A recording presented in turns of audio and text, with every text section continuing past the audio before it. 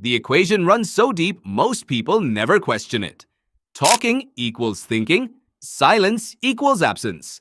The person who speaks first and most is the person who knows most. This equation is not just wrong, it is almost precisely backwards. And the psychology behind the quiet person is far more interesting than the noise they are choosing not to make. Psychologist Helgoe spent decades studying introverts and found something that consistently surprised her research subjects when they were shown the data. Introverts are not people with nothing to say. They are people with a different relationship to the cost of saying it. For the introvert, speech is not a natural overflow of thought. It is a deliberate act, an output that requires preparation, selection, and energy. Which means what they do say has been through more processing than most people's words ever receive. The quiet person in the room is not empty. They are editing. This connects to something psychologists call depth of processing. Researcher Elaine Aron's work on sensory processing sensitivity demonstrated that highly sensitive and deeply processing people, a population that overlaps significantly with those who speak less, run incoming information through more cognitive layers before responding. They are not slower, they are more thorough. The quick talker responds in real time to an early draft of their own thought. The quiet person waits until the thought is more complete. And in that gap, that silence that makes other people uncomfortable, actual thinking is happening.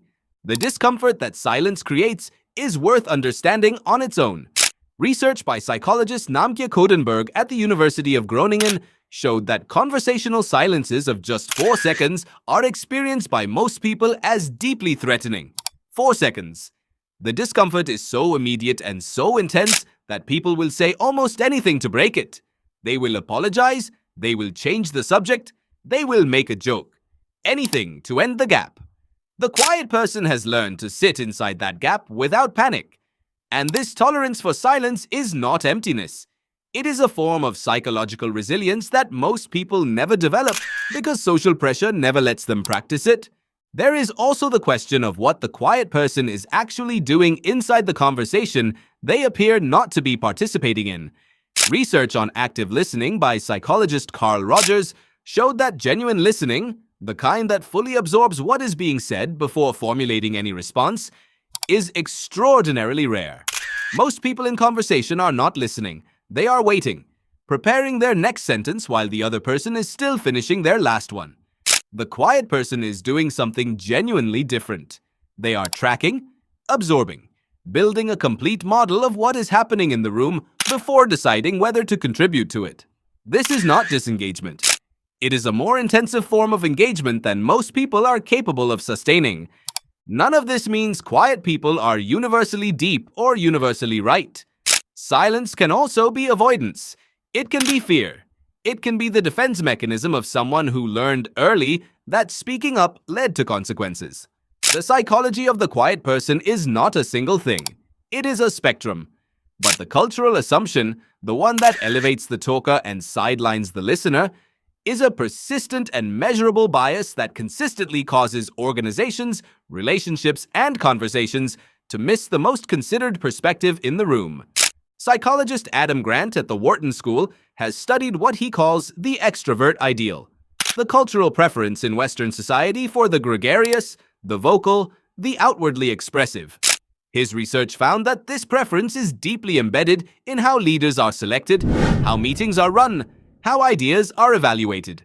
The person who speaks confidently and often is perceived as more intelligent, more competent, and more worthy of attention, regardless of the content of what they are saying. The quiet person, offering fewer but more carefully considered contributions, is consistently undervalued. Not because they have less to offer, because they offer it in a currency the room does not know how to read. This is the inner life of the person who doesn't talk much. It is not absence. It is not anxiety, though anxiety sometimes lives there too. It is a preference for depth over frequency. A comfort with the interior that most people never develop because the world keeps interrupting it. A relationship to thought that treats expression as the final step of a process rather than the process itself.